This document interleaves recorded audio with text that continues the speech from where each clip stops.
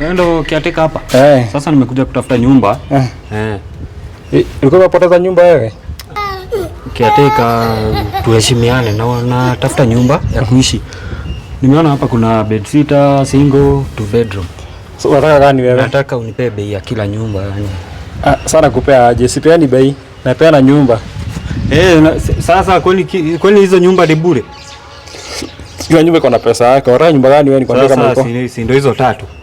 Haya, nyumba ni 30,000 kwa kila nyumba. Hadi single, acha mchezo. Haya, bedsitter hapa hatuna single. Si nimeona umeandika hapa single. Ama single ni wewe uko single au una? Mimi niko single, sio nyumba single. Haya. Bedsitter ni ngapi? 12,000.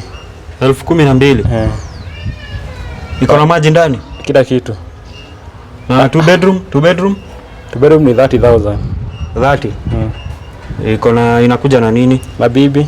Iko na bibi ndani? Na watoto. Na watoto sasa niingie kwa nyumba nipate mtu mwezi mmoja alafu next nianze kulipa school fees. Nyumba complete. Hata kitu unaweza kuteseka kijana. Hadi turudi kwa bedsitter hizo sitaki hiyo. Bedsitter 12,000. 12,000. Inakuja na mtu wa kuchukua takataka na side chick. Inakuja na side chick. Side chick?